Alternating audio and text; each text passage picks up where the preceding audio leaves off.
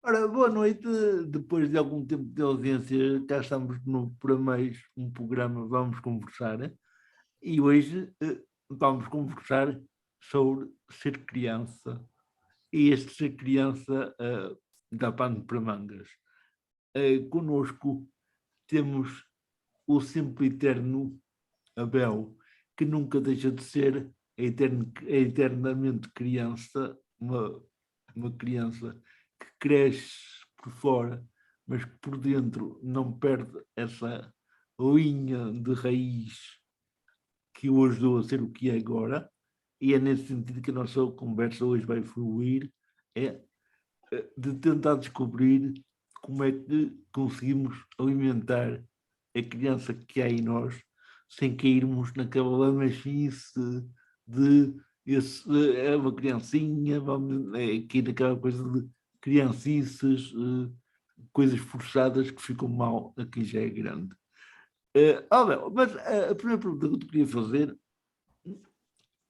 é muito adulta para uma criança, que é, e aqueles de entre nós que vamos estar aqui e outros que vão estar a ouvir, que vão dizendo, mas eu nem sei o que é ser criança, não tive a oportunidade de ser criança em toda a vida. Isso de nunca ter vivido essa bela fase da vida que é descobrir, porque só se descobre vivendo o que é ser criança, e quantos passaram por isso que, quando eram meninos e moços, já eram homens feitos, porque tinham que deixar as brincadeiras para trabalhar, por fazer mil e mil coisas que não eram próprias para a sua idade. Que marcas pode deixar no homem já adulto? Isso é fundamental, viver-se a criança no tempo de ser criança, para nunca se perder essa referência da inocência, da pureza, da castidade, daquela sensação de que a felicidade não ficou no passado, mas que o passado ajudou a trazer a felicidade até agora, porque temos sempre a ligação com essa criança que é em nós. Para mim, Américo, o importante é deixarmos-nos de chavões, isto é, e o chavão é as ideias feitas, os preconceitos, foram coisas, ou são coisas que nós trazemos cá dentro, que nos meteram cá quando nós éramos pequeninos, e que nós, por esta ou aquela razão, nunca tivemos oportunidade, se calhar nunca tivemos condições para bisbilhotar no sentido, deixa lá ver o que é que está por trás deste meu comportamento, seja ele ajustado ou desajustado. Eu acho que é um comportamento desajustado dizer eu nunca fui criança. O que eu posso dizer com verdade é eu, no meu tempo de criança, fui logo obrigado, a vida não me facilitou o desabrochar harmoniosamente. Eu ainda no tempo em que precisava e tinha direito a brincar, a usufruir da vida, a ter quem cuidasse de mim, eu já fui obrigado a ajudar, a tornar-me adulto, a parar com as brincadeiras, a pensar em tornar-me responsável. Eu posso ter essa história. E é importante cada um tomar consciência da sua história, para poder chegar à conclusão daquilo que Sartre também definiu. Nós não somos responsáveis por aquilo que fizeram de nós. Agora, podemos tornar-nos responsáveis, e queremos, e queiramos ou não, à medida que crescemos, vamos nos tornando responsáveis por aquilo que fizermos, daquilo que fizeram de nós. Uma pessoa que passa a vida a acusar a vida de que nunca, acusar a vida nos seus antepassados, que nunca o deixaram ser criança, isso é cometer uma criancice. Ele agora, que já tem consciência que na sua história há esta ferida de não existência, isto é, eu nunca pude existir como criança. Pois nunca pude existir, mas agora estou vivo. Eu agora posso organizar a minha vida de tal maneira que eu dê também para mim, eu que já tenho 85 anos, ainda me dou tempo diariamente para deixar a minha criança viver. Então penso que o grande desafio é tente por reflexão e por conversa, porque nestas coisas a gente precisa sempre de alguém que nos ajude a ver ao espelho, portanto nós precisamos sempre de alguém que converse connosco e termos alguém com quem conversar para irmos descobrir, mas afinal, o que é isso de em mim, em ti, em cada um, isso de ser criança? É uma fase etária, ponto final, acabou? Ou é mais que isso? É muito Ou mais, essa não é? fase etária é apenas a expressão exterior de um fenómeno interior que nos acompanha toda a vida? Era muito Essa é que é a triste, questão. era muito triste se fosse só uma faixa etária, não era? Como? Era muito triste, muito pouco, se fosse limitado só a uma faixa etária, não era? Opa, eu penso que nós, enfim, ficaríamos. Repara, o amor é próprio dos adultos, dos velhos, ou é próprio das crianças? O Pois, amor, assim, o não amor como tem. fonte de vida. Pois, o amor é para todas as idades, para todos os tempos. É Toda a para gente. todas as idades, todos os tempos, quer dizer, e tem uma expressão peculiar e fundamental na infância, que condiciona todo o desenvolvimento, e na velhice. Um adulto pode viver sem amor. Ele pode contentar-se em viver com ser admirado, ser temido, ser isto, ser aquilo. Mas quando está doente, quando fraqueja, quando fica incapaz de comandar, tornar-se, subir ao palco, ele precisa de sentir-se amado. Senão ele faz o adulto que precisa e não encontra amor, ele tem as mesmas reações que uma criança retirada da família, metida no hospital, sem acompanhamento afetivo. A criança faz enfim, desenvolve uma doença, que agora já nem sei como Como se chamar-lhe, chama? Sim. mas doença que o latim diz marasmus. Marasmus é uma doença de coluna, que a gente é um marasmo, quer dizer, sem vida. É uma criança que pede a vida, ela é como que vai ficando fechada em si mesma e diz: se viver rodeado de gente que não me ama, limpa-me o rabinho, dá-me de comer, mas isso para mim não chega. Portanto, se viver é só estar num hospital para receber remédios, enfim, limpar a caquinha e dar comidinha, eu antes quero morrer. Pois. Isto é que se chama hospitalismo. E Antes isso, julgava que era isso é uma inerente criança. a qualquer idade, lá Como? está. E isso é inerente a qualquer idade. Seja criança, seja O problema velhinho. todo é que antes tínhamos a palavra caridade para significar a expressão visível do amor. Deus caritas és. E depois até a liturgia dizia que ubi caritas et amor. Onde houver caridade e amor, aí habita Deus. Deus. E lembras-te, até havia uma canção que se usava muito na liturgia católica, isto cantava-se em gregoriano, eu não sei cantar, e então agora muito menos, mas depois a tradução foi onde haja caridade e amor, aí habita Deus. Isso era uma canção que, nos meus tempos de jovem, enfim, quase não havia uma cerimónia religiosa ou qualquer coisa que eu muitas vezes nas reuniões de pais, quer dizer, entoei essa canção porque realmente onde haja caridade.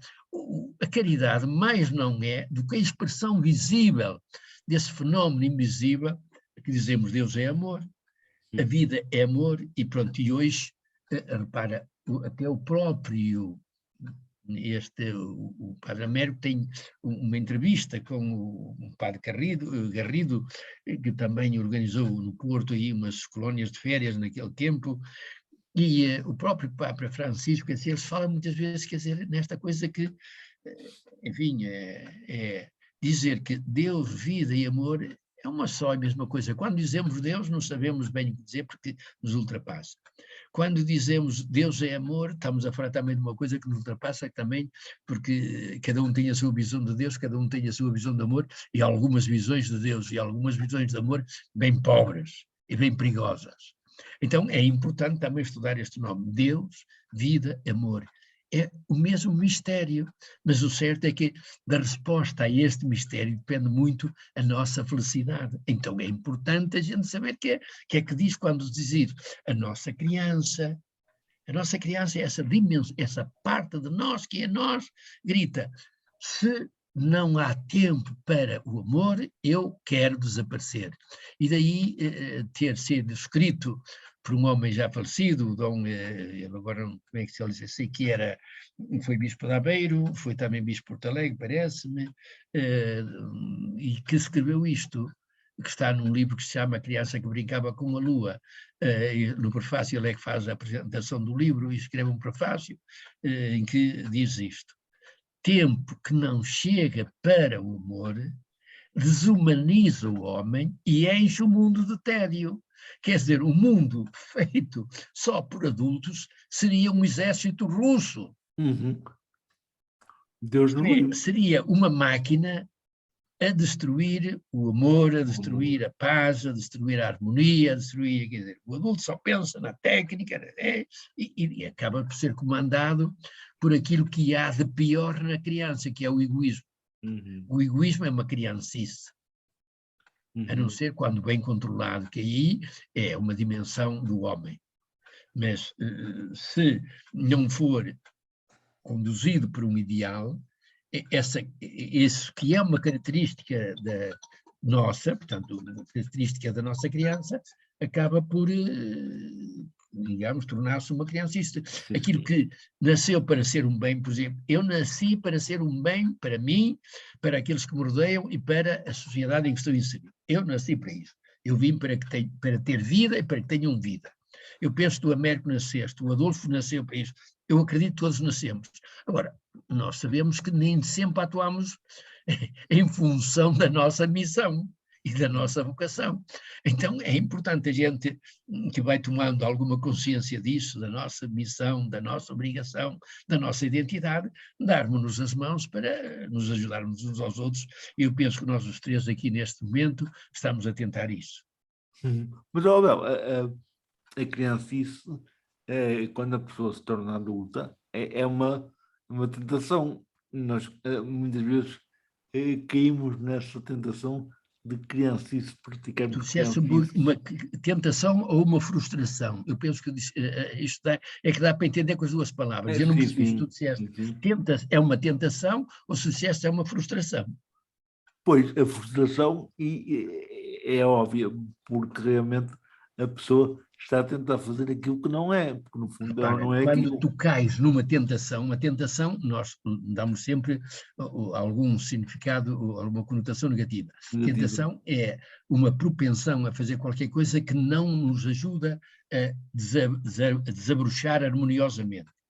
E sempre que nós fazemos qualquer coisa que julgávamos que nos dava para isso, e a gente constata que foi um engano, a gente sente frustrado. Portanto, toda a tentação acaba quando a gente se deixa vencer por ela, em vez de a conduzir, de a gerir, ela acaba por gerar em nós uma frustração, e a frustração torna a nossa criança amarga, azeda. Até porque a nossa criança, se for autêntica, nem é amarga, nem é egoísta, nem é antes pelo contrário, quer dizer, o que caracteriza uma criança, ela é natural.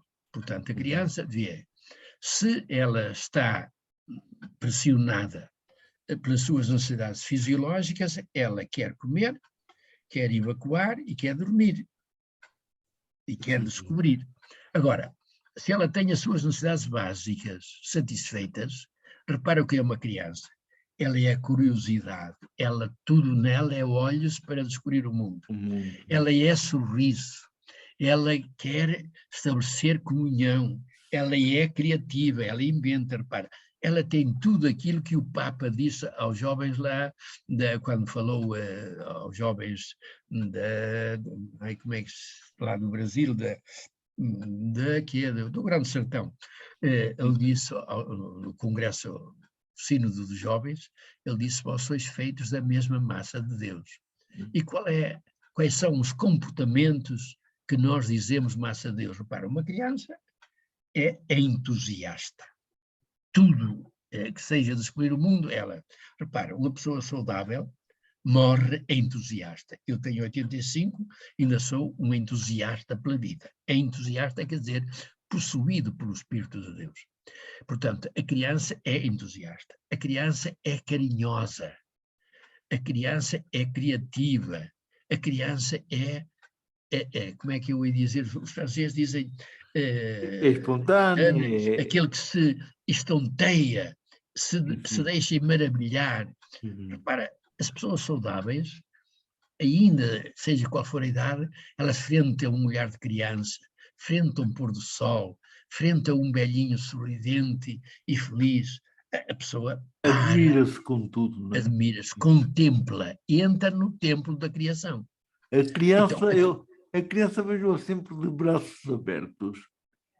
Quando nós começamos a fechar os braços, estamos a deixar de ser ela criança. sempre, quando diz os braços abertos, é para dizer, junto aos teus, aos meus, porque eu preciso de voar, mas só contigo, porque os meus bracinhos não dão para eu voar sozinho. Contigo a gente voa. O amor, por isso é que o amor nos faz voar. Pois. Por isso é que é.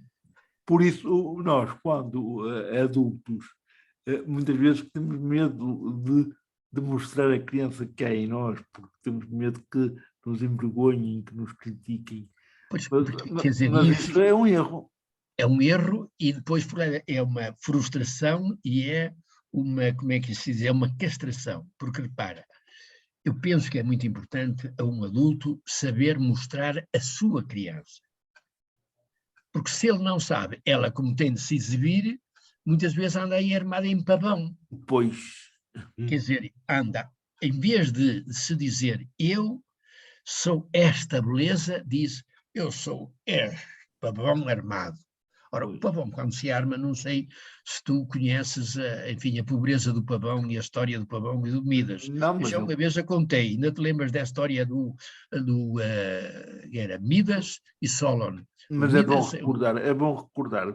Pode alguém então, só para terminar, porque já está no tempo. Então, a história é assim. Midas era um rei lendário que depois a investigação, arqueologia submarina, do Cousteau e outros, quer dizer, acabou por mostrar que afinal ele não era tão lendário quanto isso. Quer dizer, a ilha de Creta, de que ele era rei, portanto, parte dela foi submersa por um marmoto, não é? E parte daquela civilização desapareceu. Mas ele ficou na história como o rei que transformava tudo em ouro, de tal modo ele era poderoso. E ele, repara, a Creta fica perto da Grécia. Portanto, também a Creta chegou à fama de um sábio que vivia na Grécia, Solon. Isto remonta a uns anos, penso que 5.000, 6.000 antes de Cristo. Chegou lá a fama de que havia um homem que era um sábio, conhecia o mundo todo, isto é, conhecia tudo o que era ciência daquele tempo, ele era um sábio, sabia tudo. Tudo o saber daquele tempo. E o último sábio, é bom também recordar isto, foi o Descartes, já no século XVII. Esse foi o último homem que conseguiu saber tudo, o saber do seu tempo. Depois tudo se multiplicou de tal maneira que hoje já não há sábios, hoje há só ignorantes e aprendizes. Mas então o Midas mandou os seus mandatários, né, os seus legados à Grécia para lhe trazerem o Solon. Claro, chegaram, encontraram Solon e diz, olha, o nosso rei, Midas, não sei se já ouviste falar, e ela, sim, já ouvi falar, é um dizia, sabe, mas eu não estou interessado em conhecê-lo, se ele está muito interessado em me conhecer a mim, que venha cá, não é mandar-me lá, eu não ando assim feito para o mandado. Os legados, frente a uma resposta destas do sábio, disseram, temos de mudar de discurso porque este homem não vai com medo dos reis Midas. E disseram, Solon, se és assim tão humano, sabes que estes homens assim poderosos são muito tiranos.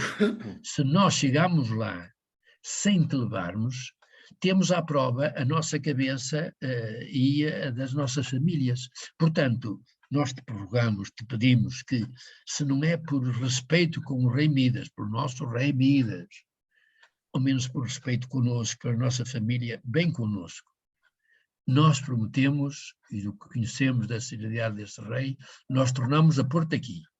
Vem connosco que o rei precisa conhecer-te, ou quer conhecer-te.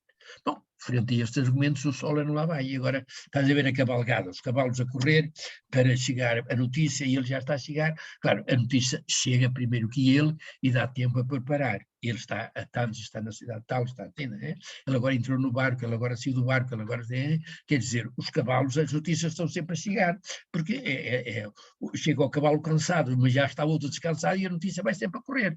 O trânsito, como é que é dizer, o século, esse vai mais devagar. Então, quando o Solon chegou a Creta, estava o Midas no seu palácio, com o seu manto de arminho, com a sua coroa real, o seu cetro, os pajens, enfim, a incensal e enfim, naquelas macaquices próprias dessas coisas. Repara, o Midas recebe o Solon assim, quando ele entra, como quem olha assim para os espetáculos, oh meu Deus, do que nós somos capazes. Que criancice é esta? Fazer vir lá da minha terra para ver uma tristezas desta.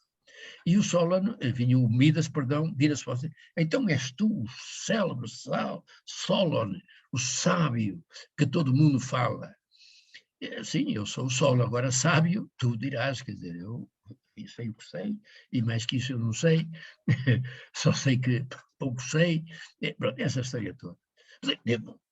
Diz-nos, Solon, diz a esta minha corte, diz a esta minha gente, estes meus convidados, para que convidei para que te viessem conhecer, diz-nos, tu já viste, enfim, neste vasto mundo que tu conheces, já viste alguma coisa que se pareça? Um palácio como este, um rei poderoso como eu, com uma corte como esta, já viste, Solon? Solon não encolheu os ombros. Ui, já havia e já me fartei de ver. Aí o Midas como que fica sério e pergunta, tu viste? Aonde? Onde é que tu viste semelhante coisa, assim tão poderosa? Eu já vi um pavão armado. Eu não sei se tu sabes qual é o segredo do pavão. O segredo e a pobreza do pavão. Não. É que o pavão, quando se arma, pela frente mostra aquelas penas bonitas por trás, quanto mais se arma, mais se lhe vê o cu, diz a linguagem corrente. E um pavão armado, isto é, uma pessoa que não tem consciência das suas criancices, é isso que faz.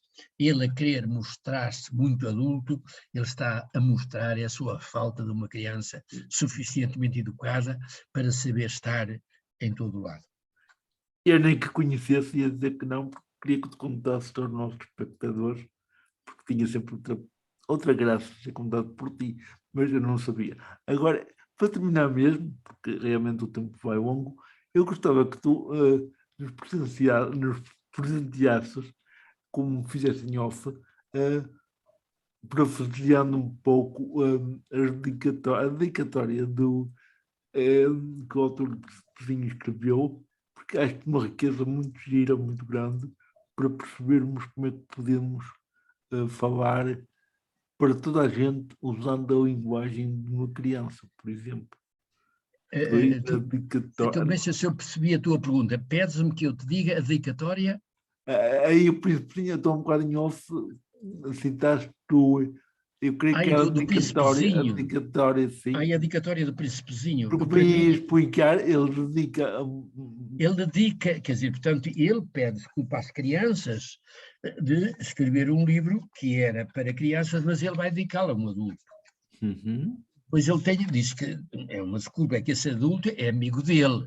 E o que caracteriza as crianças é a sua capacidade de fazer amizades. Uhum. Eu não sei se tu ainda tens presente quando foi ele sei que se chamava Alexandra, uma criança portuguesa que vendeu aqueles venceu o Quindouro, e ela foi... É a Armanda. Armanda era. E sei que perguntaram-lhe assim, uma das perguntas, estás a ver, entrevistar uma criança é sempre muito difícil. Claro. O entrevistador da TV, então Armanda, tu lá naqueles meninos que tu não sabias falar como eles, como é que vocês se entendiam? Tu não sabias falar como eles, e eles não sabiam falar como tu. Como é que vocês se entendíamos? Ela riu. Repara, o riso é a linguagem universal do amor. Ela riu, encolheu os ombros e disse, brincávamos. Quer dizer, a criança sabe sempre brincar. Uhum. É por isso que se diz que o amor é a pátria, etc. Então, a dedicatória ele acaba por pedir desculpa, isso, aquilo, porque todas as pessoas grandes já foram crianças, e há poucos que se lembram disso. Portanto, a minha dedicatória vai passar a ser assim, para Leo, quando ele era pequeno, quando ele era criança. Então, esta conversa 2, que não dá para falar de um assunto tão importante e tão vasto como este, pelo menos fica dedicada a cada um dos adultos quando ele era criança. Fica dedicada ao Américo quando era criança, fica dedicada ao Adolfo quando ele era criança, fica dedicada ao Abel quando era criança, e todos aqueles que nós amamos, porque são crianças que sabem amar. São crianças saudáveis, podem ter a idade que tiver, mas a sua criança é saudável, ainda ama e ainda se deixam amar. Uhum. Abel, como o amor é universal e as crianças sempre se entendem, sejam elas de que país for, que falem a língua que falarem, todas elas se entendem. O Adolfo, para quem nos está a escutar e a ver, que é o proprietário do nosso canal no YouTube, Adolfo Ribas, já agora convido o espectador a visitá-lo, a visitar o canal no YouTube. Eu vou passar a bola por aí, ele vai agradecer-te este teu contributo hoje no programa e vai-se despedir em vez de ser eu, porque eu quero desafiar os nossos espectadores também a deixarem ser um pouco criança e tentarem perceber a mensagem do Adolfo de despedida. Pode ser, Adolfo? Pode. Pode. Então, despede-te lá do Abel. Abel, foi um prazer enorme conhecer pessoalmente. Não é pessoalmente, mas foi a primeira vez que eu estive aqui consigo e fiquei maravilhado com a sua maneira de expor o crescente. E acho que quem viu esta entrevista e as outras que estão por trás no canal, o Américo mencionou, terá todas e acho que o Abel merece ser visto por tudo aquilo que tem dito aqui no canal. Muito obrigado e boa noite. Obrigado. Então, Deus boa noite. louvado. Boa noite. Boa noite. Vamos lá Deus ver se os louvado. nossos ouvintes também conseguem ser universais, crianças, sem ser criancices que façam, para entenderem esta linguagem do Adolfo, que não é tão difícil assim. Se o Abel entendeu, eu entendi, cada um de vós vai ouvir as vezes que for necessário até entender o que o Adolfo disse, porque quem fala com o coração merece ser entendido. Obrigado a vós, ao Abel, ao Adolfo, e até ao próximo programa, cá nos encontraremos para um outro tema, ou quem sabe, para dar um pouco de continuidade a este, porque este não se esgota assim com meia dúzia de pinceladas. Fica o desafio, depois logo falaremos para ver o que é que vai seguir, está bem? Tá, obrigado. Muito obrigado. Boa noite. Deus, boa noite. Deus. Boa semana. Obrigado.